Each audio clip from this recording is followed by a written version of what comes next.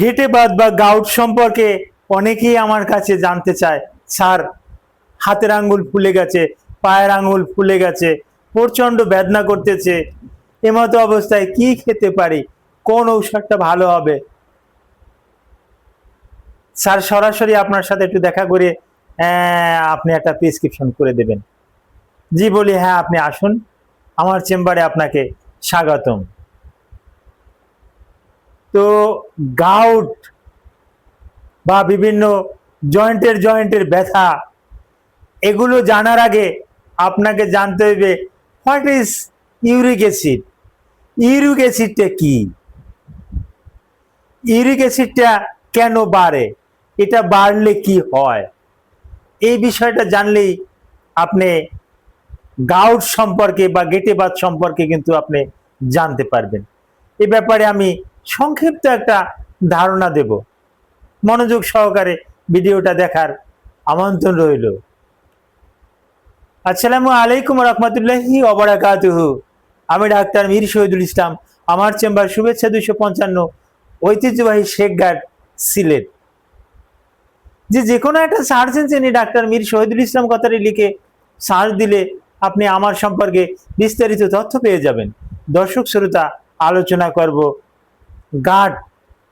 Gout, গেটে বাত, এটা কেন হয় এবং ইউরিক অ্যাসিডটা কেন বাড়ে, ইউরিক অ্যাসিড মূলত কি, এই বিষয়ের উপর একটা ধারণা পাইলেই আপনি এই গেটে বাত সম্পর্কে সম্পূর্ণ একটা তথ্য পেয়ে যাবেন।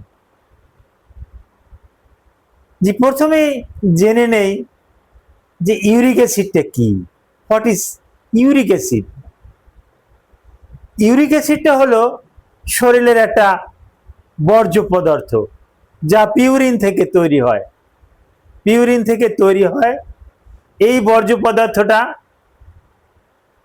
কিডনির নেফ্রন দিয়ে ফিল্টারেশন হয়ে প্রস্রাবের মাধ্যমে আবার আমাদের শরীর থেকে বেরিয়ে যায়। এখন যদি কারো রক্তে ইউরিক অ্যাসিডের মাত্রা স্বাভাবিকের থেকে অনেকটা বেশি থাকে, তখন এটাকে আমরা বলি হাইপার ইউরেসেমিয়া। এই হাইপার ইউরেসেমিয়াটাই কিন্তু একটা রোগ। এখন আরেকটু ধারণা দেই, রক্তে ইউরিক অ্যাসিডের মাত্রা কত থাকবে। রক্তে সাধারণত ইউরিক অ্যাসিডের মাত্রা থাকবে 15 মিলিগ্রাম পার ডেসিলিটার থেকে 45 মিলিগ্রাম পার ডেসিলিটার। আমি আবার বলছি, মাপটা 15 থেকে 45 মিলিগ্রাম পার ডেসিলিটার ব্লাডে, এইটা স্বাভাবিক। এর থেকে যদি বেশি হয়ে যায় তো হাইপার ইউরেসেমিয়া আমরা বলে থাকি। এখন এই হাইপার ইউরেসেমিয়া হলে এর লক্ষণটা কি? এর লক্ষণটাই হলো বিভিন্ন জয়েন্টে ব্যথা করা, প্রচন্ড রকমের বেদনা করা। প্রথমত হাতের আঙ্গুল দিয়ে শুরু হয়, এই যে হাতের এই যে এটাকে আমরা বলি মেটাকার্পাল। হ্যাঁ, এই যে মেটাকার্পাল, তারপর মেটাটার্সাল, পায়ের আঙ্গুলগুলো মেটাটার্সাল, তারপরে এলবো জয়েন্ট, এই রিড জয়েন্ট, অ্যাঙ্কেল জয়েন্ট, এখানেই কিন্তু এই ব্যথাগুলো বেশি হয়ে থাকে। প্রচন্ড রকমের ব্যথা, এগুলো সহ্য করা বড় কষ্টকর। এখন কি কারণে হয়? জি, খাবারের যদি অনিয়ম ঘটে সেক্ষেত্রে হয়। যদি আপনি রেড মিট বেশি করে খান, আপনি যদি ডাল জাতীয় খাবার বেশি করে খান, বিচি জাতীয় খাবার বেশি করে খান, তাহলেই কিন্তু আপনার কিন্তু রক্তে কিন্তু ইউরিক অ্যাসিডের মাত্রাটা কিন্তু বেড়ে যাবে। এখন হ্যাঁ, এই ইউরিক অ্যাসিডের মাত্রা বেড়ে গেলে কি হয়?